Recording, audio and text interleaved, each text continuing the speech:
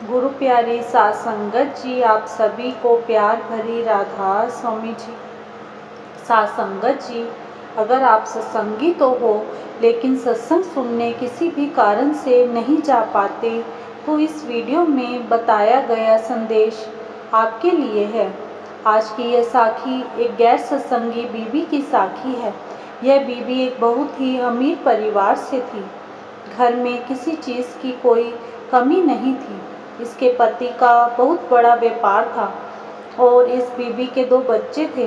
घर में एक बड़ा सा मंदिर बनवाया गया था जहाँ रोज यह बीबी पूजा किया करती थी। सात संगत जी, जब हम घर में मंदिर या कोई भी धार्मिक कार्यक्रम करते हैं तो वह इसलिए करते हैं कि घर में सुख और शांति बनी रहे। इस बीबी के घर में पैसे की तो कोई कमी नहीं थी लेकिन शांति भी नहीं थी। हर समय घर में अपने पति के साथ इसके लड़ाई झगड़ा चला करते थे और इसके जो बच्चे थे वह भी ज़्यादा पैसा होने की वजह से और बच्चों पर ध्यान न देने की वजह से बहुत बिगड़ चुके थे। ऐसे माहौल में पैसा भी अच्छा नहीं लगता। जब घर में हर समय लड़ाई झगड़े होते हैं ना तो यह भी अपने पति की बात कोई सुनती थी और ना इसका पति इसकी कोई बात मानने को तैयार था। बस यह लोग ज़बरदस्ती का आपस में रह रहे थे। इनका एक फैमिली पंडित हुआ करता था। बीबी अक्सर पंडित के घर में शांति होने के उपाय पूछा करती थी और पंडित जी अलग अलग तरह के उपाय बताकर इससे मोटी रकम वसूल करता था। कभी पंडित घर में हवन करने को कहता था तो कभी 108 गाय को चारा खिलाने के नाम पर पैसे वसूल करता था। यह बीबी पंडित के बहकावे में आकर सब किया करती थी लेकिन इसके घर का माहौल जैसा का तैसा ही था। इस बीवी की एक बहुत खास सहेली हुआ करती थी जो कि इन्हीं के घर से कुछ दूरी पर रहा करती थी। वह इसके जितनी अमीर तो नहीं थी लेकिन उसके घर में सुख और शांति का माहौल था। वह परिवार एक सत्संगी था और उन्होंने बाबा जी से नामदान भी ले रखा था। जब भी यह बीबी अपनी सहेली से मिलती तो हमेशा उससे बात करती कि तेरे घर में कभी कोई लड़ाई झगड़ा नहीं होता और मेरे घर में ऐसा कोई दिन नहीं जाता जब हमारे बीच लड़ाई ना हुई हो। तो इसकी सहेली कहने लगी कि हम अपने गुरु के कहे अनुसार ही जीवन जीते हैं। गुरु दिन को रात कहते हैं तो हम भी रात कहते हैं। यह सुनकर इस बीबी को बड़ा आश्चर्य हुआ और वह कहने लगी, तुम लोग तो अंधभक्ति कर रहे हो। तो इसकी सहेली कहने लगी कि जब कोई गुरु धारण करता है तो उसको अपने गुरु पर विश्वास रखना भी बहुत ज़रूरी है और विश्वास को तुम अंधभक्त का नाम दे रही हो तो ये तुम्हारी भूल है। फिर कुछ दिन बीते तो बीबी की सहेली ने उस बीबी से पूछा कि मैं इस बार अकेली डेरे जा रही हूँ, वहाँ बाबा जी का भंडारा है तो तू भी मेरे साथ इस बार चल। तो ये बीबी कहने लगी कि हम इन सब चीज़ों को नहीं मानते, हमारे तो ये फैमिली पंडित जी हैं, हम तो इनका हुक्म मानते हैं। पंडित जी जैसे कहते हैं हम वैसा ही कर देते हैं। तो इसकी सहेली कहने लगी कि पंडित जी ने इतने उपाय बताए लेकिन फिर भी तेरे घर का माहौल नहीं सुधरा। तो यह बीबी पंडित जी की बात को कवर करने के लिए कह देती कि पंडित जी का कहना है अगर वह सब ये उपाय ना किए जाते तो तुम्हारा घर टूट जाता। अब कम से कम लड़ाई ही होती है लेकिन घर तो नहीं टूटा।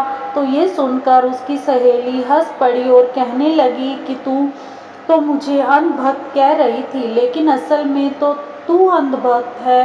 फिर इसकी सहेली ने दोबारा अपने साथ डेरे चलने की बात की और कहा कि तू घूमने फिरने के हिसाब से मेरे साथ चल पड़, तू वहाँ चुपचाप बैठ जाना, ज़रूरी नहीं कि तू सत्संग सुने।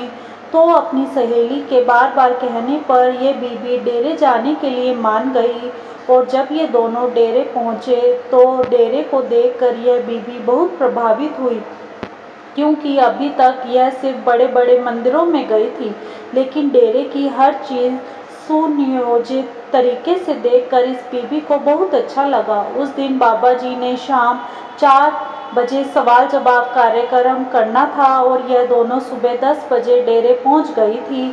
तो उसकी सहेली कहने लगी कि तू शाम तक आराम करना चाहे तो कर ले, तब तक मैं डेरे में सेवा कर लेती हूँ। तो ये बीवी पूछने लगी, लेकिन तुझे यहाँ काम करके क्या मिल जाएगा, ये तेरा घर थोड़ा ना है। तो उसकी सहेली मुस्कुरा पड़ी और कहने लगी कि यह मेरा मायका है।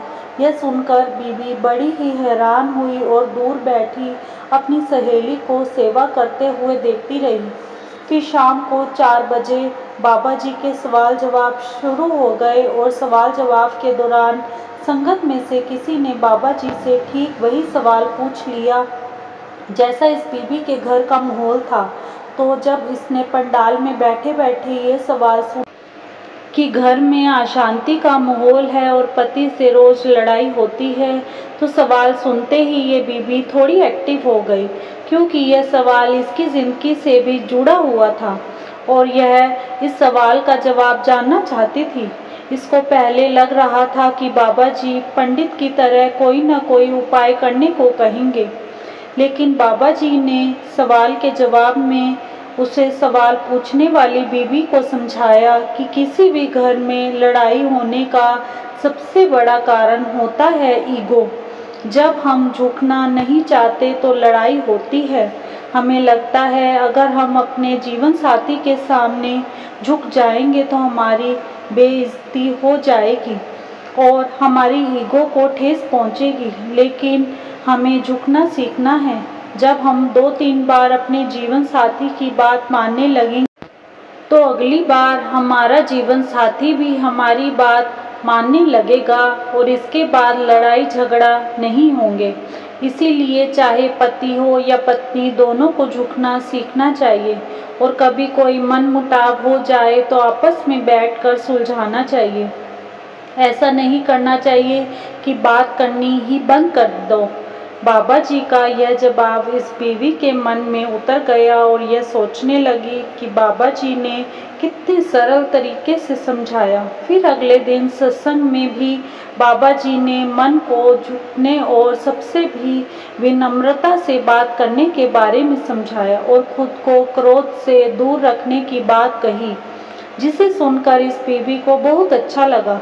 सत्संग सुनकर जब यह बीवी वापस घर जा रही थी तो पूरा रास्ता यही सोचती रही कि हमारी लड़ाई का कारण आखिर क्या है। यही तो है कि मैं उनकी नहीं सुनती और वह मेरी नहीं सुनते। अगर मैं उनकी बात सुनकर अगर कुछ रिएक्ट करना बंद कर दूंगी तो अगली बार वह खुद समझ जाएंगे और वो भी मेरी बात सुनेंगे। फिर इस बीवी को अपना पंडित याद आने लगा और सोचने लगी कि यह छोटी सी बात तो वह पंडित भी मुझे समझा सकता था, लेकिन उसने दुनिया जहां के उपाय मुझसे करवाए। तो जब यह बीवी घर पहुंची और उसी दिन से इसका पति जो भी कहता यह तभी वह बात मान जाती और ये बदलाव जब उसके पति ने 2-3 बार नोटिस किया तो वह भी हैरान था और अब अपनी पत्नी के विनम्र स्वभाव को देखकर उसका पति भी विनम्र रहने लगा और शांति से घर में बात करने लगा और उनके घर का माहौल अब बिल्कुल बदलने लगा था। पहले हर बात पर एक दूसरे को गाली तक देने वाले यह पति पत्नी अब बड़े ही विनम्रता से एक साथ रहने लगे और अपने बच्चों को भी प्यार देने लगे। साथ संगत जी, यह कहावत बिल्कुल सत्य है कि ताली कभी एक हाथ से नहीं बजती। अगर 2 लोगों में से एक रिएक्ट करना बंद कर दे तो दूसरा भी अपने आप समझ जाएगा और झगड़े नहीं होंगे। साथ संगत जी, एक पूर्ण गुरु ही ऐसी बातें अपनी संगत को समझा सकता है, क्योंकि यह बात जब हमें कोई और समझाएगा तो शायद ऐसी बातों का इतना प्रभाव हमारे मन पर नहीं पड़ेगा जितना प्रभाव सतगुरु के समझाने से पड़ेगा। इस बीवी पर बाबा जी का ऐसा प्रभाव पड़ने लगा कि आगे चलकर यह बीवी भी सत्संगी बन गई और उसके घर में सुबह शाम बाबा जी के शब्द चलने लगे। वही घर जो कुछ समय पहले इसको नर्क जैसा लगता था, वह बाबा जी के एक ही सत्संग से स्वर्ग बन गया। तो यह बीबी सोचने लगी कि जब सिर्फ सत्संग की एक लाइन से मेरी ज़िंदगी बदल गई, तो अगर मैं हमेशा सत्संग पर जाना शुरू कर दूंगी तो क्या होगा। इसी के साथ इजाज़त चाहते हैं, कल मिलेंगे एक नई साखी के साथ। तब तक के लिए राधा स्वामी जी।